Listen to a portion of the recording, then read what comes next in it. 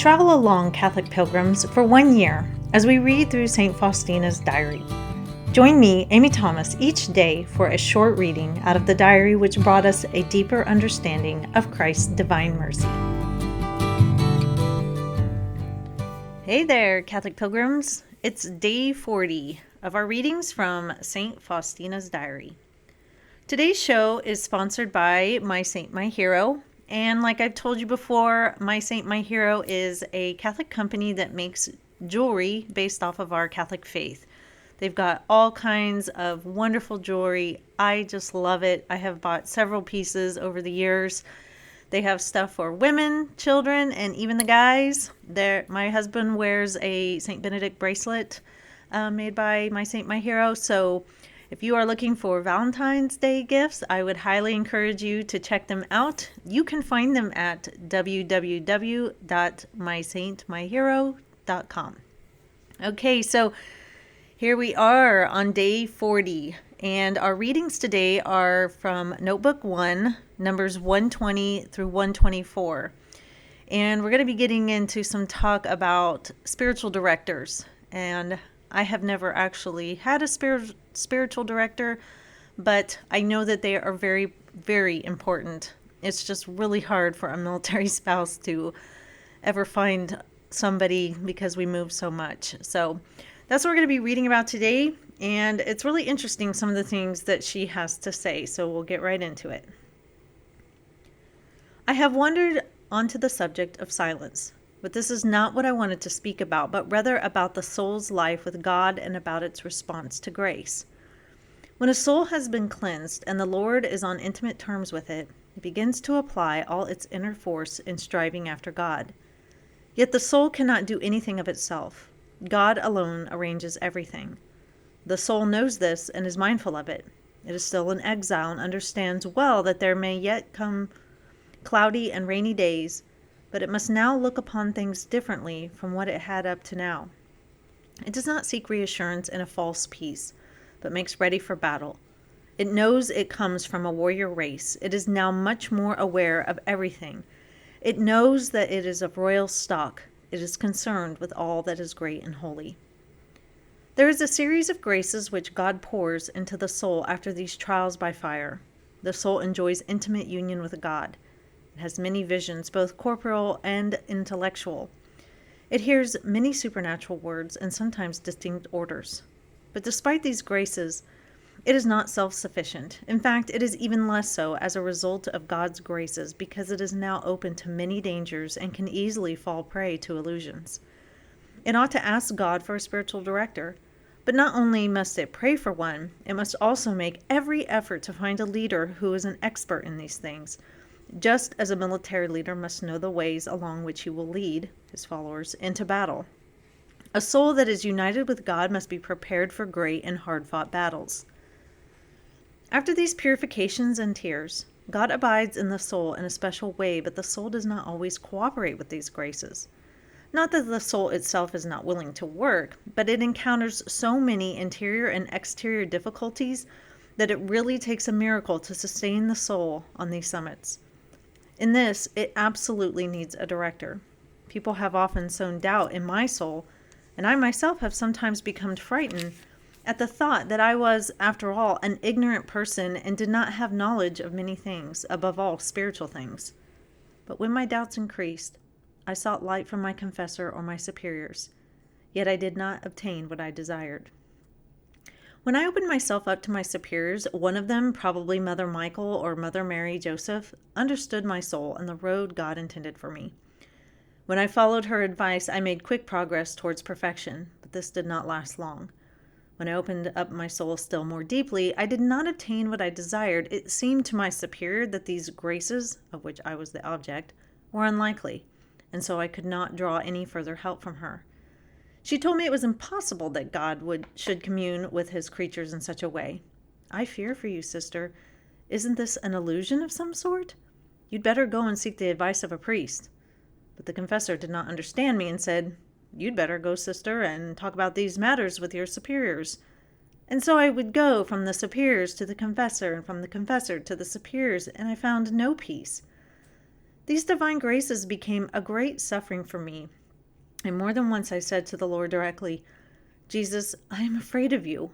Could you not be some kind of ghost? Jesus always reassured me, but I still continued to be incredulous. It is a strange thing, however. The more I became incredulous, the more Jesus gave me proofs that these things came from him. When I saw that my mind was not being set at rest by my superiors, I decided to say nothing to them of these purely interior matters. Exteriorly, I tried, as a good nun should, to tell everything to my superiors, but as for the needs of my soul, I spoke about these only in the confessional. For many very good reasons, I learned that a woman is not called to discern such mysteries. I laid myself open to such unnecessary suffering. For quite a long time, I was regarded as one possessed by the evil spirit, and I was looked upon with pity, and the superior took certain precautionary actions in my respect. It reached my ears that the sisters also regarded me as such, and the sky grew dark around me. I began to shun these divine graces, but it was beyond my power to do so. Suddenly, I would be enveloped in such recollection that against my will I was immersed in God, and the Lord kept me completely dependent upon himself. In the initial moments, my soul is always a little frightened, but later it is filled with a strange peace and strength. Okay, so there's a lot there, huh? And I want to kind of work my way through this, just kind of thinking out loud. I couldn't really tie my thoughts together when I read it through the first time, but something that's really sticking out to me is that she talks about how, once your soul has been cleansed and you experience this greater union with God, you have all these graces in your soul, and you are experiencing, just amazing, possibly corporal and intellectual visions and all these different things. She still says that the soul is prepared for battle. And, I was thinking when she was going through the suffering that was the battle. And now she's talking about, a soul that is united with God must be prepared for great and hard-fought battles. And as I was thinking about this, I was like, this must be, when I read the stories of the saints, and they've gone, and especially the ones who have experienced martyrdom, and, I talked about this before, they go with like this amazing courage, and they go with like a smile on their face. And I read those stories and I'm like, oh man, that's incredible that they are able to do that. And, I've wondered so often, where do they get that strength to face death down like that, and death in pretty horrific ways, without, going crazy, I feel like I would be sobbing and pleading and everything like that, but they don't. And I wonder if it's what she's talking about here.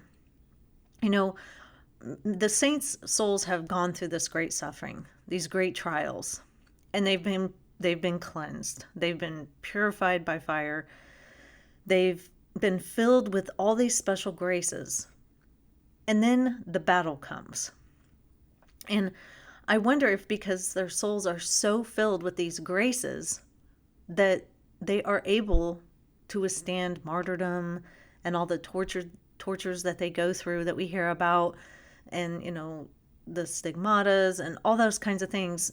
They're able to withstand that without succumbing to despair. They're even happy about it. They're like, all right, I'm going to be martyred. I'm so glad I get this as my death for Christ. And I wonder if that's the hard-fought battle that comes down the pipeline, that their soul had to be tested through suffering, filled to the brim with graces that would be able to carry them through that martyrdom in a way that maybe those of us who haven't experienced that would not be able to, at least, at certain moments in our life. I'm sure all of us, God wants us all to be saints, so we all have this capability within us, but maybe we just haven't gone through that yet, or maybe we have and we just don't realize it. I don't know. I think we would realize it, but I've been through suffering, and but I still wonder, if I was facing down martyrdom, would I would I walk cheerily to my martyrdom? I just don't know. But the other thing she talks about is the importance of a spiritual director. Now, as a military spouse, it's so hard to find a, constant spiritual director because we move so much. And sometimes it takes us a while to find the church that we really like to go to in whatever town we're in. And then it takes a while to find a priest. And, when people live in the same place their whole lives and they grow up with a priest, or they've lived there for a long time, they get to know their priests and stuff like that, or spiritual directors, it's a lot easier. But for military families, it can be quite a challenge. And so I've never had one. My husband had one briefly when we were living in Charlottesville, Virginia, but I have never had one. But I know they're really important because there are so many things where we can trick ourselves. She talks about illusions, like, are we really experiencing something that is coming from God, or could it possibly be in our own head or the world? It's good to have somebody to talk about these things who's experienced. So if you don't have a spiritual director, I would highly encourage you to get one. I would like to get one eventually someday when my husband retires and we settle down, because I think they're probably really beneficial. And the last thing I wanted to say is, I think when you go through what Sister Faustina has been through, all this suffering, her soul is, in this amazing state of grace. She's got great union with God, but yet she still struggles. She's still, fighting battles and everything like that. And her suffering caused a lot of people, I think, to think, like she even says, possessed by an evil spirit, that she was possessed by an evil spirit. When you are being purified and suffering, and then you come out on the other end and you have this serene grace, but you're still fighting the spiritual battles, because I think you're more aware of the spiritual battles, people are not going to understand that. They're going to look at you and wonder if you're crazy, or what is going on? Are you possessed by the devil? Are you one of those holy rollers? What is going on? People who are not at that level are just not going to understand. Now, I don't even know if I would understand if I was seeing these things happen in front of me. I hope I would, but you never know. So, just realize that as you draw closer and closer to God, your eyes are going to be more open to the big sins, but also the little sins. They're going to be more open to the spiritual battles that we face, which is going to cause you to act and react in certain ways that is different than the world. And people are just not going to understand it. Even good Catholics are just not going to understand it, because even her superiors and her sisters, who are all nuns and, I would wager pretty religious, do not understand it. And even her confessors, like, go tell it to your superior. So, I think that's why she says it's so important to have an experienced spiritual director, but also don't give up. Just realize that as you draw closer to God, your life is going to change drastically, and people are not going to understand it. So don't lose hope and don't lose faith. You are on the right track. So that's all for today, Catholic Pilgrims. I will see you back here for day 41. I look forward to seeing you. I'm praying for you all, and I would ask for your prayers always. And until we meet next time, live the faith boldly and travel well.